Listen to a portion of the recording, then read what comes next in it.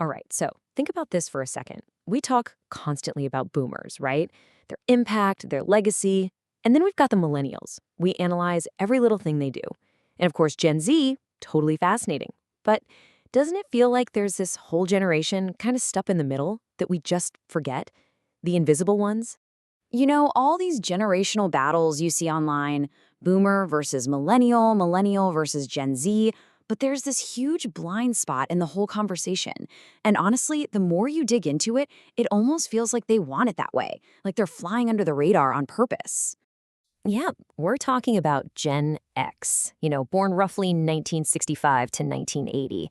They're probably those coworkers you have who just, put their heads down and get the work done. No drama. These are the folks who are literally building the early internet, but you're never going to see a post from them about their avocado toast. And their whole mindset, it might be the most misunderstood of any generation alive right now. So what makes them tick? Okay, so if you really want to get Gen X, you have to start in one place, a quiet, empty house after school.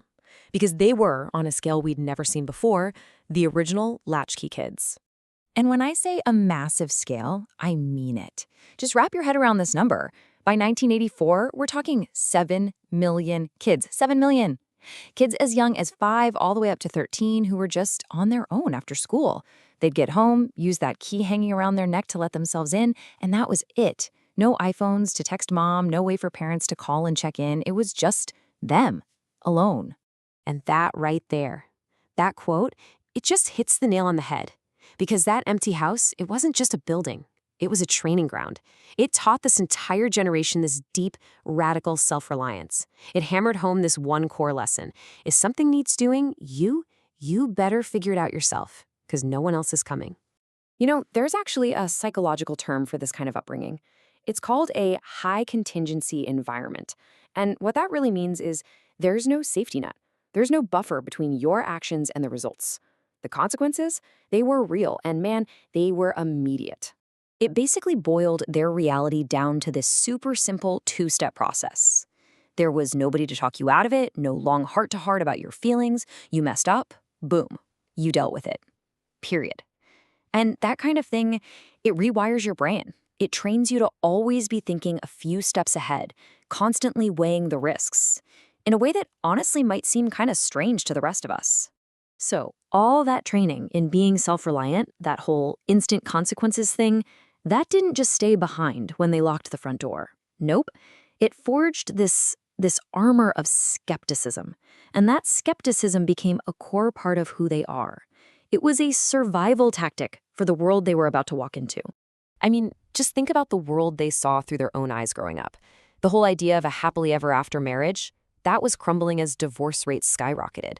The promise of company loyalty, they watched their own parents get laid off after giving decades to a company. Trust in the government? Gone, thanks to things like Watergate and Iran-Contra.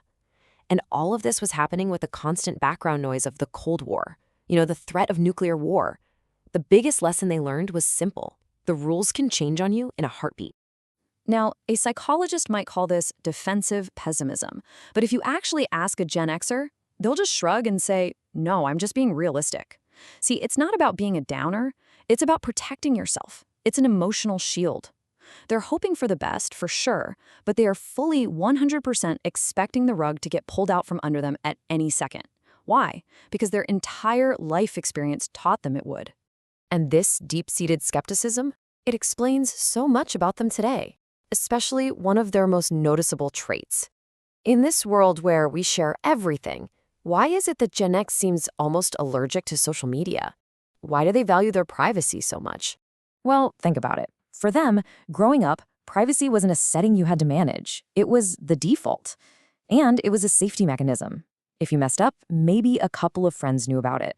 There was no chance of it going viral. There was no permanent digital record of your screw-ups.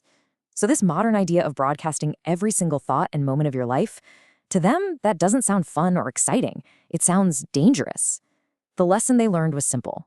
Being visible means being vulnerable. Naturally, this entire mindset carries right over into how they approach work.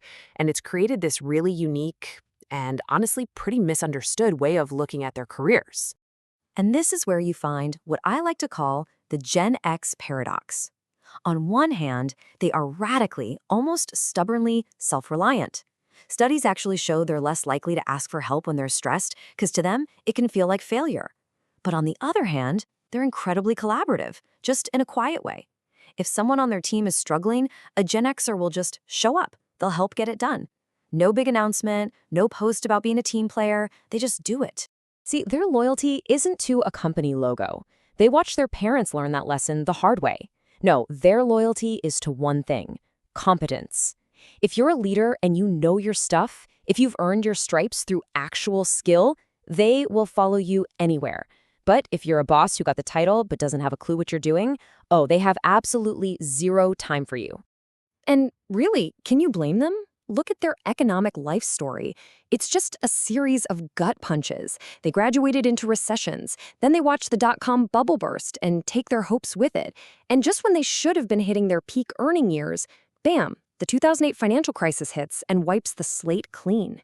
If there's one thing they learned over and over, it's that absolutely nothing is guaranteed. So, where does that leave us? What does all this add up to? Well, it means that this invisibility we talked about, it's not a flaw, it's not a weakness. Actually, it might just be their most critical function in the world right now. Just take a second and think about the skills they had to have.